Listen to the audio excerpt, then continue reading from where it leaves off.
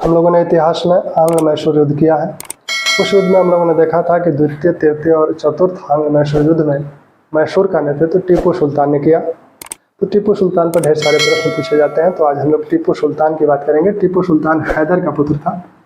हैदर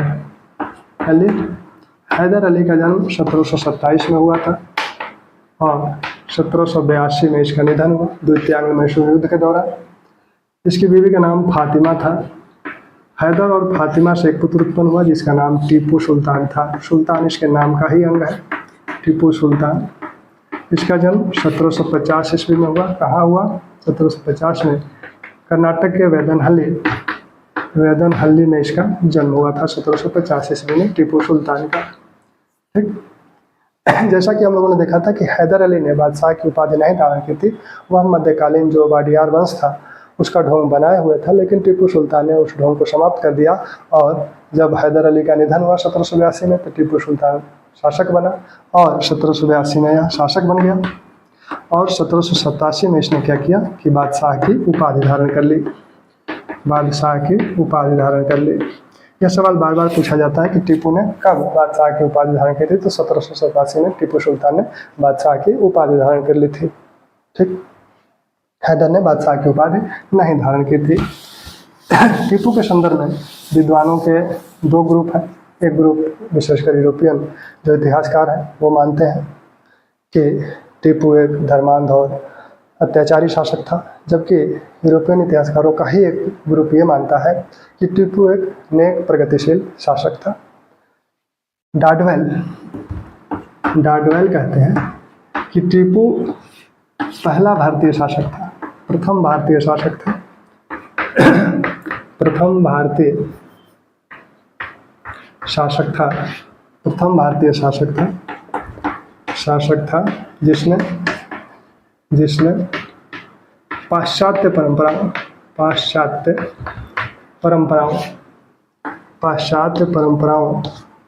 को भारतीय जनता पर लागू किया।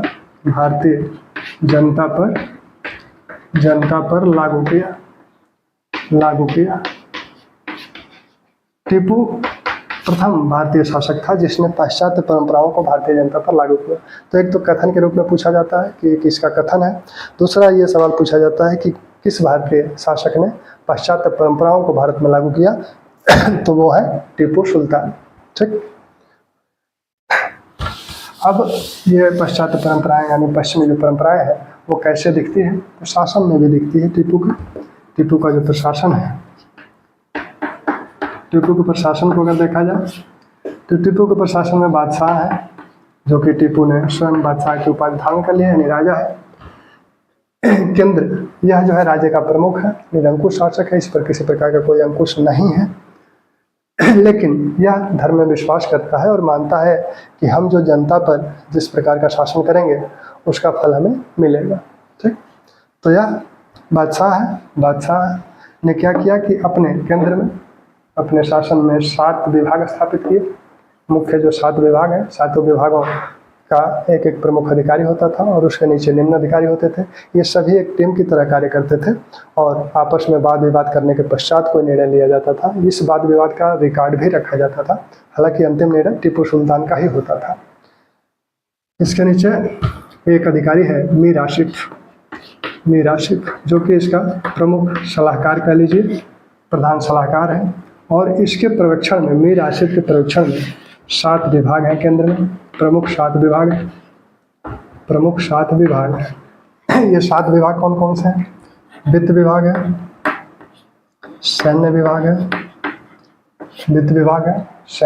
है, वाणिज्य विभाग, नाविक विभाग, तोपखाना एवं दुर्ग विभाग है। साथ में जुमरा विभाग एक है, और टंकड़ व कोष विभाग। इन विभागों के जो प्रमुख हैं उनके नाम महत्वपूर्ण हैं। वित्त विभाग का जो प्रमुख है उसे मीर आसिफ कचहरी कहा जाता था। मीर आसिफ कचहरी मीर आसिफ कचहरी वित्त विभाग का जो प्रमुख था उसे कहा जाता था। सैन्य विभाग का जो प्रमुख था उसे मीर मीरांग कचहरी कहा जाता था। मीर मीरांग कचहरी कहा जाता था। वाणिज्य विभाग का जो प्रमुख था उसे मलिक उत्तुजार कहा जाता था।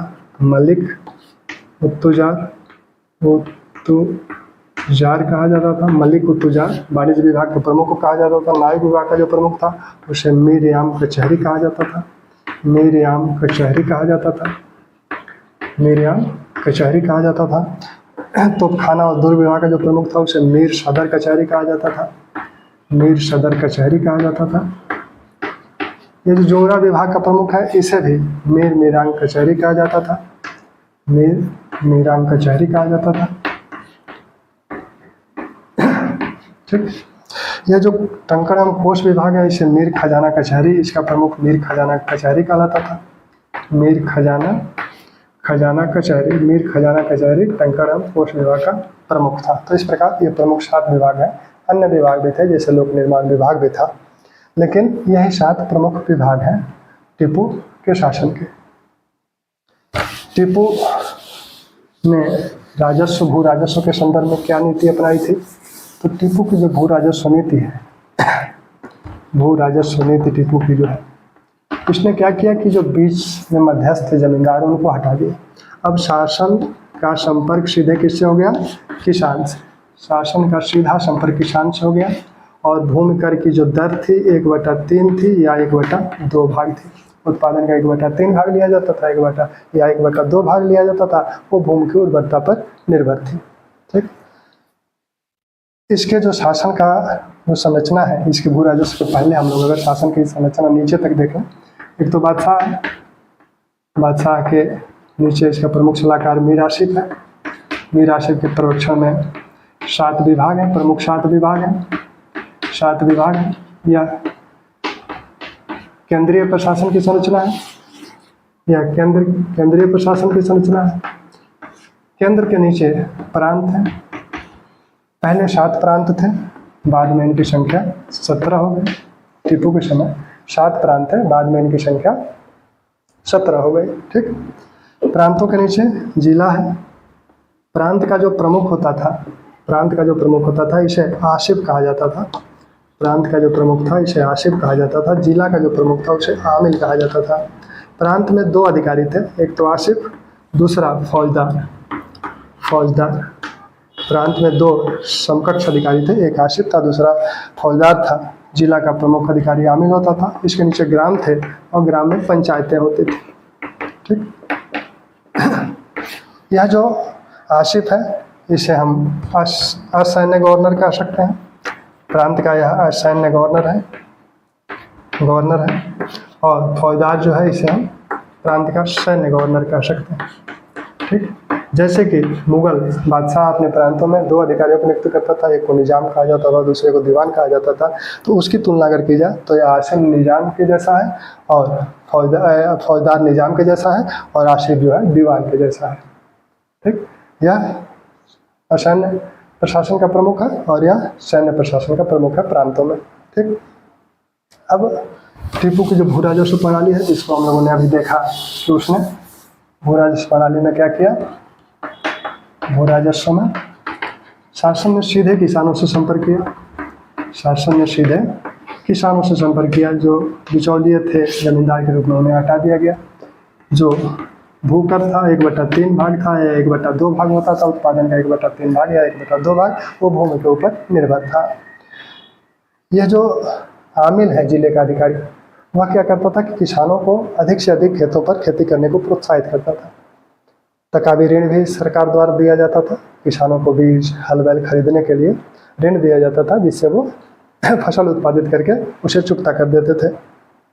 आमिल जो है देखता था कि किस किसान के पास कितने हल हैं। अगर किसी किसान के यहाँ ज़्यादा लोग हैं, हल कम है, तो उन्हें प्रोत्साहित करता था कि और हल हो लें, यानी और ज़मीन पर खेती करें। इसी प्रकार यह भी देखा जाता था कि अगर किसी विशेष क्षेत्र में किसी विशेष फसल को उपजाया जा सकता है और किसान उसे नहीं उपजा रहे हैं, तो शासन क्या करता था कि उस विशेष फसल की दर से भू कर लेता था, जिससे किसान वो विशेष फसल उपजाने लगते थे। ठीक। लेकिन 1792 श्रीरंगपट्टनम की संधि तृतीयांग मैसूर युद्ध के बाद, तृतीयांग मैसूर युद्ध जिसे हम लोगों ने पहले देखा है 1790 से 1792 के बीच हुआ। 1792 में श्रीरंगपट्टनम की संधि हो गई। इस संधि में क्या हुआ कि टीपू को अपना आधा राज्य अंग्रेजों को दे देना पड़ा, और अंग्रेजों ने उसमें से कुछ अपने रख लिया, थोड़ा सा निजाम को दिया, थोड़ा सा मराठों को दिया। तो टीपू का जो राजस्व का जो स्रोत था, आय का स्रोत था, वो आधा हो गया, कम हो गया। तो मजबूरन टीपू को क्या करना पड़ा कि इस भूमि कर में जो 1791 में जितना भूमि कर लिया गया था उसमें 37.5% की वृद्धि करनी पड़ी। 37.5% की वृद्धि वह 1795 में किया। 1795 में उसने भूमि कर में 37.5% की वृद्धि की। तो ये पूछा जाता है कि टीपू ने भूमि कर में कितने प्रतिशत की वृद्धि की थी, कब की थी? ठीक, तो 37.5% की वृद्धि की थी 1795 में श्रीरंगपट्टनम संधि के पश्चात की गई थी, क्योंकि उसका आधा राज्य अंग्रेजों को, उसे अपना आधा राज्य अंग्रेजों को देना पड़ा था। ठीक, अब टीपू के विषय में जो अन्य बातें हैं उसमें किसान उसके राज्य में खुशहाल है, जैसा कि लेफ्टिनेंट मूर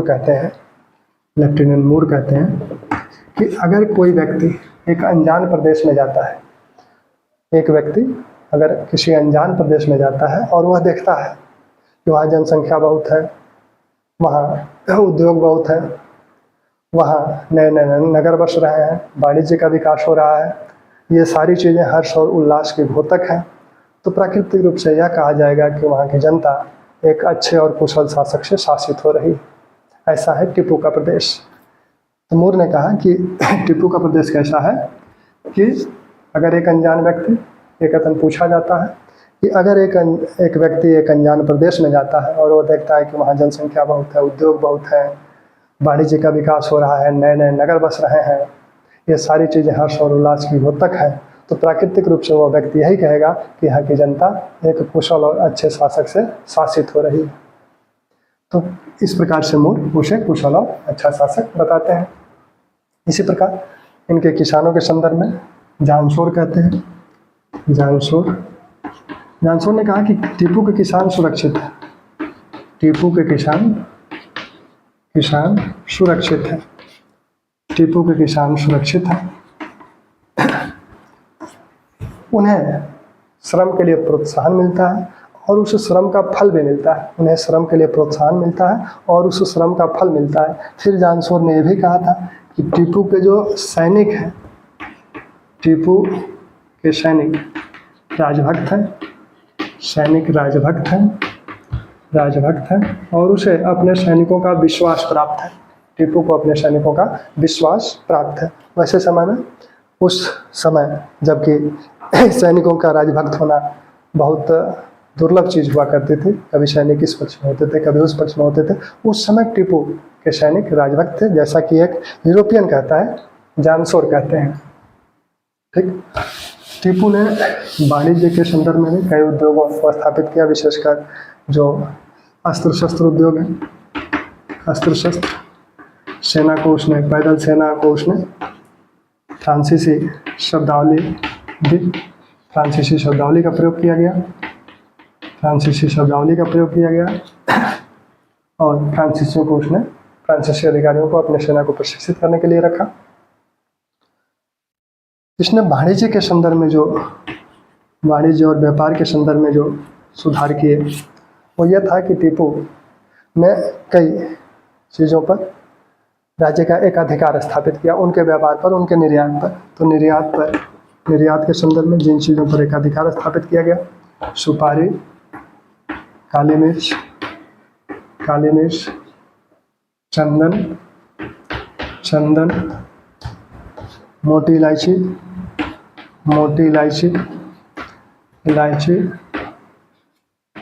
सोना, चांदी और हाथी, इनका निर्यात सिर्फ राज्य कर सकता था। इन वस्तुओं का निर्यात सिर्फ राज्य कर सकता था। ये सब इसलिए किया गया राजकोष को बढ़ाने के लिए। आंतरिक व्यापार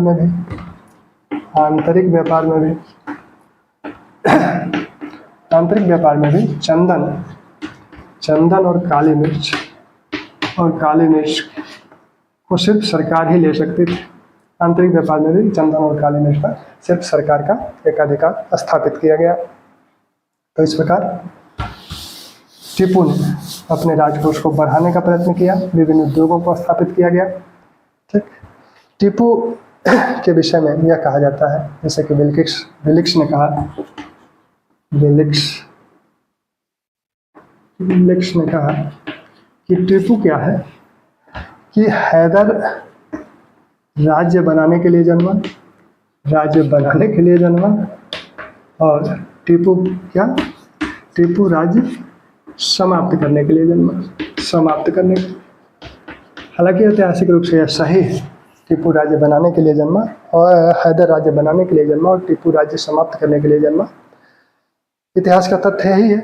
लेकिन टीपू राज्य को समाप्त करना नहीं चाहता था, वह राज्य को सुदृढ़ करना चाहता था, लेकिन परिस्थितियां ऐसी बनी जिससे वह अंग्रेजों से पराजित हुआ, क्योंकि अंग्रेजों के पास अपार संसाधन थे। इस बात को टीपू ने स्वीकार भी किया था। उसने कहा था कि अंग्रेजों का जो स्थल संसाधन है उसे तो हम समाप्त कर सकते हैं, अंग्रेजों के स्थलीय साधनों को हम समाप्त कर सकते हैं, लेकिन समुद्र को कैसे सुखा सकते हैं। यानी उसका ध्यान, उसने अंग्रेजों की नौसैन्य शक्ति की तरफ इशारा किया। टीपू का कथन क्या है कि अंग्रेजों के जो स्थलीय साधन है उसको तो हम समाप्त कर सकते हैं, लेकिन समुद्र को कैसे सुखा सकते हैं। तो नौसेना अंग्रेजों की बड़ी थी। हालांकि टीपू ने भी एक नौसैन्य बोर्ड स्थापित किया था, नौसैन्य बोर्ड बनाया था। ये पूछा जाता है टीपू ने नौसैन्य बोर्ड कब बनाया था, तो 1796 में टीपू ने नौसैन्य बोर्ड बनाया था। कुछ बंदरगाहों पर जलपोतों के निर्माण या यार्ड की व्यवस्था करने की योजना थी, लेकिन यह योजना सफल नहीं हो पाई। यह 1796 में नौसैन्य बेड़ा बोर्ड बना और 1799 में टीपू पराजित हुआ और वो मारा गया। तो इस प्रकार उसकी योजना यह सफल नहीं हो पाई थी। टीपू धर्मांध था, यह आरोप लगाया जाता है। तो टीपू के धर्मांधता के संदर्भ में यह कहा जा सकता है कि जो श्रृंगेरी पत्र है, श्रृंगेरी पत्र के मिलने के बाद जिस बात पर प्रकाश पड़ता है वो ये पड़ता है कि 1791 में मराठों ने श्रृंगेरी पर आक्रमण किया, और श्रृंगेरी पर आक्रमण जब 1791 में उन्होंने किया तो श्रृंगेरी जी का जो मंदिर था उसको मराठों ने नष्ट कर दिया। तो श्रृंगेरी के पुजारी ने टीपू से यह अनुरोध किया कि वो मंदिर की मरम्मत के लिए सहायता करे। टीपू ने मंदिर की मरम्मत के लिए सहायता की और साथ में शारदा मूर्ति भी मंदिर को प्रदान की। ठीक, दूसरी बात, जो श्रीरंगपट्टम का जो किला है उसमें एक मंदिर था रंगनाथ नरसिंह का। श्रीरंगपट्टम किले में रंगनाथ नरसिंह का एक मंदिर था। इसे रंगनाथ नरसिंह और गंगाधारेश्वर भी कहा जाता है। गंगाधारेश्वर या गंगाधारेश्वर मंदिर था, किसी भी नाम से पूछा जाए। रंगनाथ नरसिंह या गंगाधारेश्वर मंदिर था। इस मंदिर को कभी टीपू ने बंद नहीं किया। उसकी राजधानी थी, उसका किला था, उस किले में ये था, चाहता तो बंद कर सकता था, लेकिन उसने इसमें पूजा अर्चना को कभी बंद नहीं किया। तो इस प्रकार ये तथ्य बताते हैं कि टीपू धर्मांध नहीं था। उसने कुछ जमींदारों का दमन किया था। ये कहा जाता है कि वो जमींदार टीपू के प्रति विद्रोही प्रवृत्ति अपनाए होंगे, इसलिए उनका दमन किया गया होगा। बड़े पैमाने पर धर्मांतरण नहीं कराया गया, छोटे से पैमाने पर धर्मांतरण कराया गया था। टीपू के संदर्भ में टीपू को मैसूर का टाइगर कहा जाता है। टीपू को मैसूर का टाइगर कहा जाता है। अब टाइगर क्यों कहा जाता है? टीपू को मैसूर का टाइगर कहा जाता है। किसने कहा है? Cat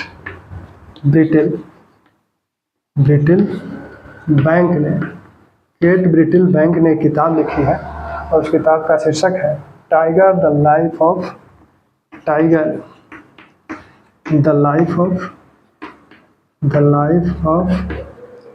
Tipu Sultan. Tiger the life of Tipu Sultan. Tipu Sultan का जो तलवार था उसके मुठिए पे भी टाइगर बना हुआ था, तो उसे टाइगर का मैसूर का टाइगर कहा जाता है। यह किताब लिखी है, कहा है किसने? तो केटल ब्रिटिल बैंक ने कहा है। ठीक, अब टीपू पराजित हुआ, टीपू असफल रहा, जबकि हैदर सफल रहा था। हैदर ने जितने युद्ध भी किए उसमें लगभग सफल रहा और टीपू असफल रहा। कारण क्या है? टीपू जो है वो अपनी पैदल सेना पर ज़्यादा निर्भर हो गया, जबकि हैदर अपनी घुड़सवार सेना पर ज़्यादा निर्भर था। हैदर कूटनीति अशिक्षित भले था, लेकिन कूटनीति का विशेषज्ञ था। टीपू शिक्षित था, कन्नड़, अरबी, फारसी खूब आराम से बोल सकता था। हैदर ने क्या किया कि जो स्थानीय शक्तियाँ थी, जैसे निजाम है, मराठा है, उनको अपनी ओर मिलाया। जब जब उसने उन्हें अपनी ओर मिलाया या अंग्रेजों से उन्हें दूर किया, तब तब उसे सफलता मिली। प्रथम आंग्ल मैसूर युद्ध में उसने मराठों और निजाम को अंग्रेजों से दूर कर दिया, उसे सफलता मिली। द्वितीय आंग्ल मैसूर युद्ध में प्रारंभ में उसने क्या किया? मराठों और निजाम को अपनी ओर मिला लिया, उसे सफलता मिली। यह काम टीपू नहीं कर पाया। टीपू विदेशी शक्तियों पर निर्भर रहा। उसने 1784 में 1785 में कस्तुनतुनिया में अपना दूत भेजा था, 1787 में फ्रांस में अपना दूत भेजा था। उसी प्रकार उसने द्वितीय तृतीय युद्ध के पश्चात उसने अफगानिस्तान के जमान शाह के यहाँ अपना दूत भेजा, कस्तुनतुनिया दूत भेजा, वर्साई की डायरेक्टरी के पास दूत भेजा, फ्रांस दूत भेजा। तो वह विदेशी शक्तियों पर निर्भर रहा और उन विदेशी शक्तियों की सहायता उसे नहीं मिल पाई। ठीक, तो इस प्रकार टीपू पराजित हो गया। इसके संदर्भ में अल्फ्रेड लायल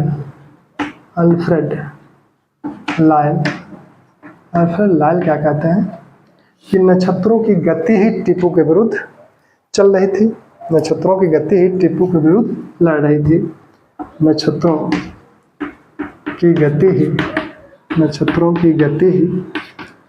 टीपू के विरुद्ध लड़ रही थी। यह कथन किसका है? कथन पूछा जा सकता है कि नक्षत्रों की गति ही टीपू के विरुद्ध लड़ रही थी। यह किसने कहा है? तो यह कहा है अल्फ्रेड लायल ने। टीपू जो है फ्रांसीसियों का समर्थन प्राप्त करना चाहता था और उसके लिए उसने जो फ्रांसीसी क्रांति 1779 में फ्रांसीसी क्रांति शुरू हुई थी और उस फ्रांसीसी क्रांति में स्वतंत्रता का नारा दिया गया था। स्वतंत्रता, समानता और बंधुत्व, ये 3 मूल नारे हैं फ्रांसीसी क्रांति के। तो उसने क्या किया कि श्रीरंगपट्टम में उसने इसको स्वतंत्रता का जो वृक्ष है उसे लगवाया और साथ में उसने स्वयं को नागरिक टीपू कहा। 1797 में उसने स्वयं को स्वतंत्रता का वृक्ष स्थापित किया। जैकोबिन क्लब बना, जैकोबिन क्लब स्थापित किया गया और टीपू ने स्वयं को नागरिक टीपू कहा। तो इस प्रकार वह फ्रांसीसी क्रांति का समर्थन दे रहा था। एक उद्देश्य यह भी था कि हम फ्रांसीसियों का समर्थन प्राप्त कर सकें और अगर अपनाया था, जिस भी उद्देश्य के लिए अपनाया था, तो इससे यह स्पष्ट होता है कि वह स्वतंत्रता को तरजीह दे रहा था और एक नई शासन प्रणाली, एक नई परंपरा जो पाश्चात्य परंपरा थी, उसको भारत में लागू करना चाहता था। टीपू को जो रॉकेट प्रणाली है उसका भारत में जन्मदाता माना जाता है। रॉकेट निर्माण के संदर्भ में टीपू भारत का पहला शासक है जिसने रॉकेट बनाया और इसने क्या किया कि रॉकेट के संदर्भ में उसने इसकी व्याख्या, इसके संचालन की व्याख्या के संदर्भ में उसने एक किताब लिखी। इसके संचालन की व्याख्या के संदर्भ में उसने